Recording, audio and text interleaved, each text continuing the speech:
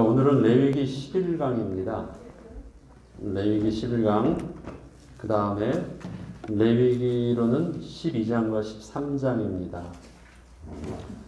그러니까 그 레위기를 할 때는 그 분명한 하나가 있죠. 내가 거룩하니까 너희도 거룩하니라. 그러니까 하나님의 율법의 말씀을 통해서 이스라엘 백성들은 거룩하신 하나님이 어떠한 분이신지를 느꼈고, 그 다음에 거룩해지는 법을, 하나님과 교제하는 법들을 배워나갔습니다. 그것을 레위기를 통해서, 율법을 통해서 하나님은 잘 가르쳐 주시고 계시지요. 저희가 지금 새벽 예배 성경으로는 마태복음을 하고 있죠. 그 마태복음을 통해서 천국의 비밀은, 천국은 하면서 쭉 말씀하실 때, 제가 설교 때도 말씀드렸지만, 천국은 마치 자기 밭에 좋은 씨를 뿌린 주인과 같다라고 했습니다. 그런데 그 자기 밭에 좋은 씨를 뿌렸는데, 악인이 악한 자가 와서 밤에 아무도 모르게 가라지도 그 위에다 덧뿌렸어요. 그러니까 이 씨가 이렇게 확 섞인 거예요. 따로 옆에 뿌려진 것이 아니라 뿌린 데다 덧뿌리니까 이게 막 겹쳐가지고 뿌려졌어요. 그 다음날 안 것이 아닙니다. 싹이 날 땐 잘 몰랐는데 이것이 결실이 맺을 때쯤 되니까 이제 이게 알곡과 가라지가 구분되기 시작한 거예요. 그런데 그때는요, 이게 두 개가 너무 딱 달라붙어서 하나처럼 자라게 됐어요. 건드릴 수 없는 상황이 된 거예요. 그 일들을 주인이 혼자 심은 것이 아니죠. 주인은 지시했고 일하는 종들이 심었잖아요. 그러니까 그 종들이 그렇게 표현을 해요. 자기 혼날까 봐, 마치 자기들이 잘못 심은 것처럼 보이니까, 당신이 씨 준 거 그거 뿌렸습니다. 분명히 좋은 씨라고 주셨는데 뿌렸는데 잘못 나오면 당신이 잘못 주신 거 아십니까? 해서 책임을 회피하려고 해요. 아니면 이거는 우리는 잘못 없습니다. 당신이 잘못 주셨거나 아니면 어떤 씨가 잘못됐거나 뭐 그런 거 아니겠습니까? 하는데 주인은 그것을 책임을 돌리지도 않고, 그것은 악인이 와서 심은 것이다. 걱정하지 마라. 너희한테 책임을 지우지 않을 거다. 라고 말씀하십니다. 그리고 이제 천국의 마음이, 그 주인의 마음은 뭡니까? 주인님, 그렇다면 우리가 저 가라지 다 뽑을까요? 하는데 뽑지 말라고 해요. 이유가 있죠. 가라지를 뽑다가 혹시 알곡 하나라도 건들까 봐. 그것입니다. 가라지가 거의 100% 다 뽑혀도 상관이 없어요. 그게 중요한 게 아니라 다 뽑다가 알곡 단 하나라도 건들까 봐 그렇게 안 한대요. 그래서 어떻게 해요? 다 알곡이 완전히 다 자랄 때까지 놔뒀다가 뽑을 때 같이 뽑아요. 그리고 그 다음에 알곡과 가라지를 그때 분류한대요. 주인의 마음이래요. 주인은 가라지에 관심이 없어요. 뭐에 관심이 있습니까? 알곡이 하나라도 상하는 데 관심이 있어요. 그것과 같은 주인의 마음을 할 수 있는 걸 하나 또 말씀드렸었죠. 천국은 그물과 같대요. 그물. 근데 그 그물은 속성이 어떻게 돼요? 무조건 다 잡아요. 무조건 다 잡아요. 다 잡고 난 후에 좋은 것과 나쁜 것을, 물고기를 분류해요. 왜 그물을 썼을까요? 내가 필요한 것만 잡으면 되지. 필요한 것만 잡으려고 할 때 그때 못 잡는 것이 있을까봐, 놓치는 것이 있을까봐 그래요. 일단 다 잡는데요. 그리고 나중에 그걸 고른대요. 알곡과 가라지의 비유를 통해서든 그물의 비유를 통해서도 천국의 하나님의 마음은 어떤 거예요? 하나님의 예비된 하나님의 백성을 단 한 명도, 한 영혼도 놓치지 않겠다라는 것입니다. 하나님이 그렇게 하시니까, 그렇게 한 이유 때문에 당연히 감수해야 될 피해가 있어요. 가라지를 끝까지 남겨둬야 되고요. 그 안에 알곡만 있는 것이 아니라 가라지들도 함께 끝까지 보는 것을 기다려야 되고 저들의 수고도 같이 해줘야 돼요. 또 그물에서 잡을 때도 알고 내가 필요한 건 잡지 않으니까 불필요한 것도 많이 해야 돼요. 그래도 그런 것을 감수하시겠대요. 왜요? 반드시 하나님의 백성은 한 명도 놓치지 않겠다고 하시니까. 하나님의 온전하심, 오늘 제가 왜 이 말 서론을 길게 했냐면요. 하나님의 거룩하심, 하나님의 온전하심은 99 뭐 이러면 거의 확률적으로 다 됐다 그런 것이 아닙니다. 100이냐 아니면 제로예요. 하나님의 온전하심은 100이어야 됩니다. 그게 거룩이에요. 그 거룩함은 깨끗하고 이만큼의 확률적으로 퍼센테이지로 99%, 순도 99.99%. 그래도 그것은 거룩하라고 표현하지 않습니다. 하나님의 거룩하심은 100%의 온전하심의 기준이에요. 그래서 사단이 쓰는 방법이 뭐예요? 하나님의 큰 거를 무너뜨리는 것이 아닙니다. 하나님의 그 거룩하심을 깨뜨리려고 하는 거예요. 조금만 흠집 내면 되니까. 그 조금의 흠집이 어디 있느냐? 이른 양 한 마리에 있고요. 그 흠집이 어디 있느냐? 알곡과 가라지 속에서 참으시는 하나님의 마음에 있는 거예요. 우리의 인간적인 방법은 그것이 아니죠. 대를 위해서 소를 희생하잖아요. 하나님 나라를 위해서 이 정도는 큰일을 해야 되니까 이 정도는 감수해야 돼. 뽑다 보면 뭐 어쩔 수 없이 피해 입을 수도 있지. 그러나 가라지를 다 뽑잖아. 그게 우리의 마음일 거예요. 근데 하나님 마음은 그렇지가 않대요. 거기서 알곡 하나. 그걸 우리의 사역을 한번 표현을 해보죠. 내가 이 교회를 위해서 아니면 내가 주님을 위해서 이렇게 큰 일을 하는데 하다 보면 이 일들 속에서 좀 상처나는 사람이나 좀 어떻게 하는 사람들도 있겠지. 그러나 우리 교회를 위해서 몇 명의 그런 부분들은 우리가 감수해야 되라고 생각할 수도 있어요. 근데 하나님은 계수를 어떻게 하시냐면요. 이만큼만 일을 보지 아니하시고 내 알고 그 하나 어디 갔어? 하나님이 그걸 나한테 물으시겠대요. 그러면 어떻게 하실래요? 하나님, 내 이만큼 했잖아요. 라고 말하겠어요? 너 내 알고 어쨌어? 그거에 대해서 하나님은 참지 않으신다는 거예요. 왜? 그게 하나님의 거룩하심이시니까. 그래서 우리의 관점은요, 세속주의적 관점에서는 더 효과적인 것, 그 다음에 대를 위한 것,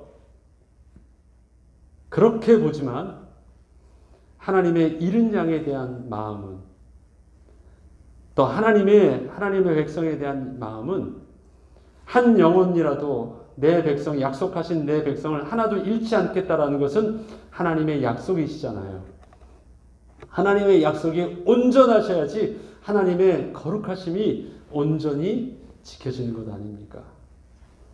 하나님은 우리에게 그렇게 평가하시고 그렇게 기준을 합니다. 그렇다면 우리들도 천국의 마음에 그런 주인의 마음이 우리들도 온전히 종이 되어서 따를 때도 그 주님의 그 마음을 두고 나 같으면 이 가라지 가만 안 둘 것 같은데 손이 막 근질근질하고 입이 막 근질근질한데 하나님이 냅두라고 말씀하시는 다른 끝 앞에서 겸손히 순종하며 하나님의 한 영혼이라도 놓치지 않도록 하는 것, 그것이 하나님의 온전한 같이 너희도 온전하시라는 말씀이고 하나님의 거룩하심 같이 너희도 거룩하게 하는 것입니다. 우리 사역을 거룩하게 하는 것이 뭐예요? 잘하는 게 거룩하게 하는 게 아니에요. 하나님의 마음을 온전히 알고 그대로 순종하는 게 거룩하게 하는 거예요.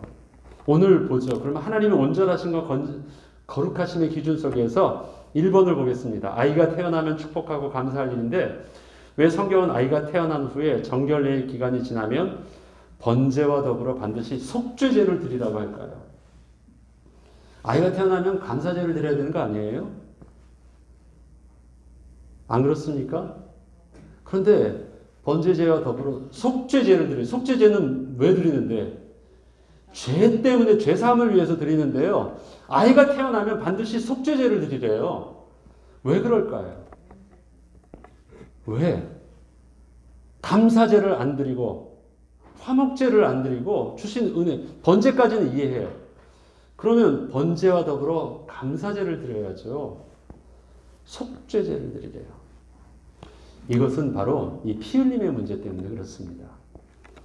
거룩이 온전과 완전을 의미한다면 피를 흘리는 몸은요, 이게 완전하지 않은 거예요.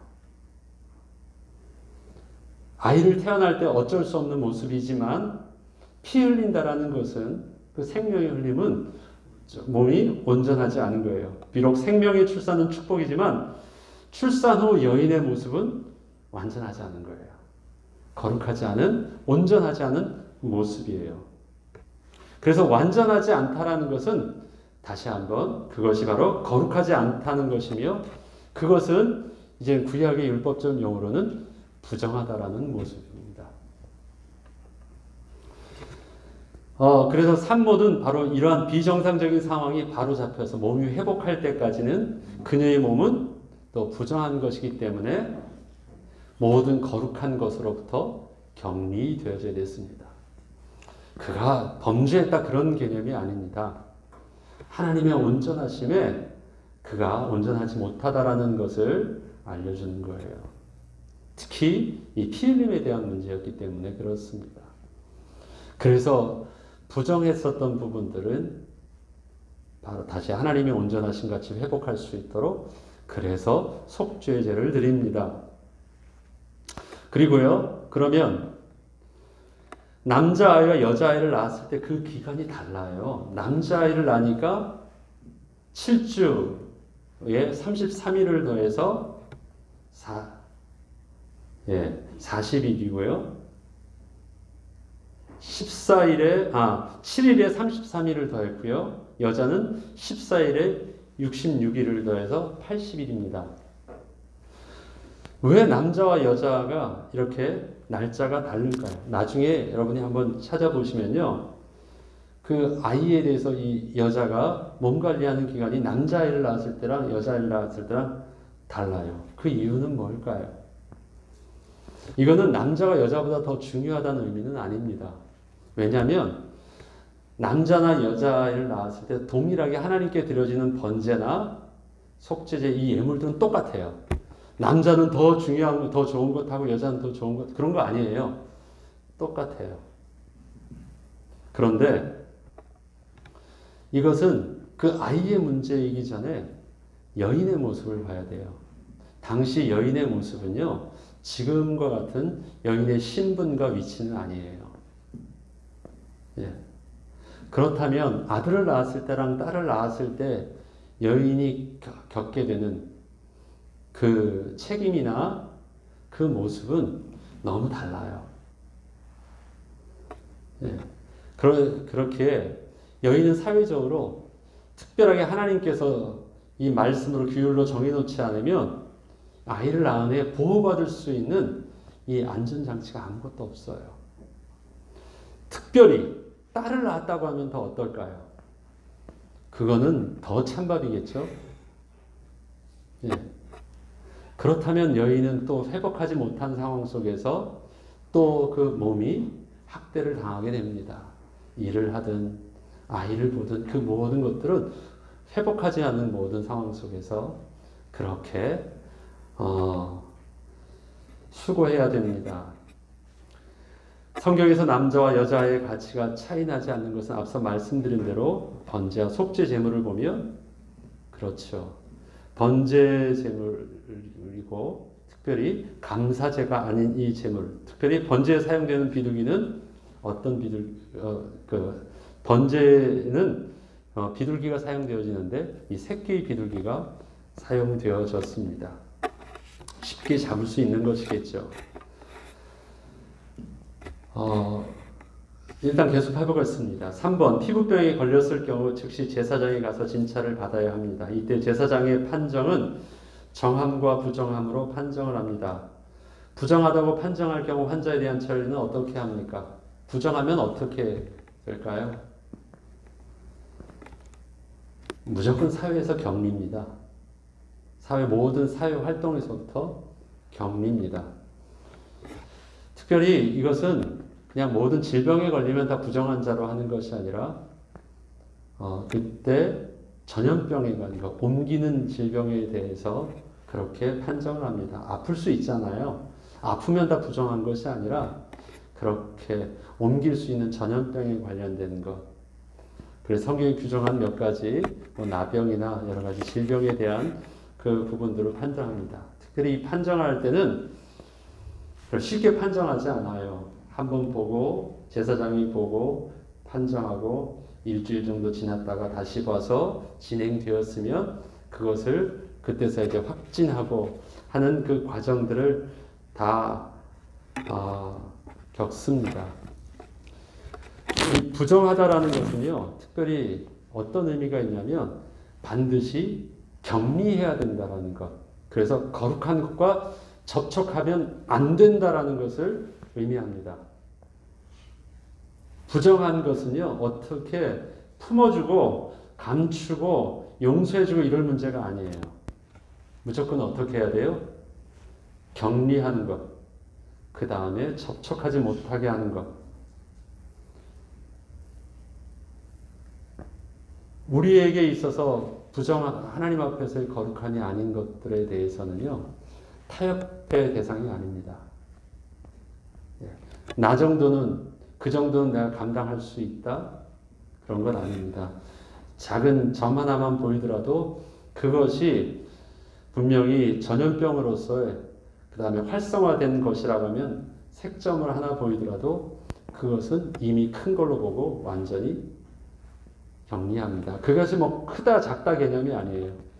그 부정함이 있느냐 없느냐에 대한 부분들을 통해서 분명하게 격리합니다. 그리고 그 격리는 스스로가 먼저 그렇게 알리고 격리를 해요. 사회생활이 안 되는 거예요. 그러면 살아가는 일을 잃는 것이고 피해받는 것이잖아요. 그것이 아까워서 그거를 품으려고 하면 안 되는 거예요. 우리의 영적인 부분들도 하나님 앞에서 온전하지 않은 것들이 있다면 그것을 어떻게 해서든지 내가 고치려고 하면 안 됩니다. 아닌 것은 아닌 것이다. 네 하고 순종하고 빨리 끊어야 되는 것입니다. 그것이 가장 지혜로운 것입니다. 그것이 하나님의 거룩하심 속에서 우리가 우리의 거룩을 지킬 수 있는 하나님이 가르쳐 주신 방법입니다. 예를 들자면 이런 거예요. 만약에 의복에 생긴 곰팡이가 있습니다. 어떻게 처리했습니까? 그 곰팡이가 부정한 것으로 의복에 생긴 거라면 세 가지 모습으로 그 처리했어요. 어떻게 하냐면 접촉하지 않게 했거나 그 다음에 그 부정한 것은 태웠거나 아니면 확실하게 빨았어요. 그것은 모른 척하거나 아니면 어떤 깨끗한 것으로 닦아서 될 문제가 아니라 완전히 도려내거나 태워버리거나 아니면 어느 정도 완전히 빨아서 없애버리는 것입니다. 그게 부정함을 처리하는, 옷을 처리하는 방법이었습니다. 굵직하게 그걸 보면 돼요. 하나님의 거룩하심까지 같이 우리도 거룩하라고 할 때 하나님의 거룩함의 기준은 온전합니다. 99.9 하나님 이만큼 드렸으니까 작은 요것에 대해서는 묵인해 주시고 나는 그래도 다른 사람보다 이만큼 더 하고 있으니까 이 정도로는 하나님 나에게 손을 들어주세요. 하나님은 양의 많고 적음이 아닙니다. 거룩하지 않은 것은 온전하지 않은 것은 아닌 것입니다. 그러하게 우리가 하나님의 말씀을 우리가 듣고 하나님의 말씀을 순종함에 있어서 내 나름대로 재해석되어져서 하나님 말씀은 99% 플러스 1%는 내 것을 가미해서 어떤 타협된 새로운 그 선택의 기준을 만들면 안 되고요. 우리의 모습은 완전히 도려내고 그 다음에 완전히 격리하고 그 다음에 멈추고 회복될 때까지 그러한 어떤 신앙의 단호함의 모습으로서 거룩과 정결함은 타협의 대상이 아닙니다. 깨끗한 것으로 정결한 것을 부정한 것을 덮으면 깨끗해지지 않습니다. 어떻게 해요? 같이 부정해져요. 절대 내 힘으로 어떻게 해서든 해결해 보려고 해서는 안 됩니다.